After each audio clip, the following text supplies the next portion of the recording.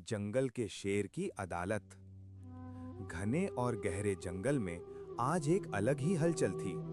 वजह ये थी कि जंगल के बादशाह शेर ने अदालत लगाने का ऐलान किया था।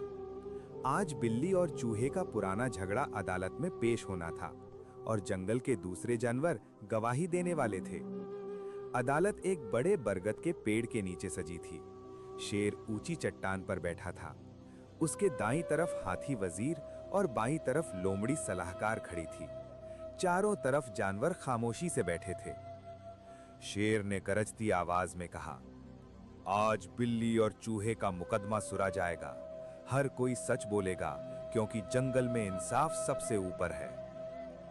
सबसे पहले चूहे को पेश किया गया। वो डरते हुए बोला, बादशाह सलामत, बिल्ली मुझ पर हमेशा जुल्म करती है।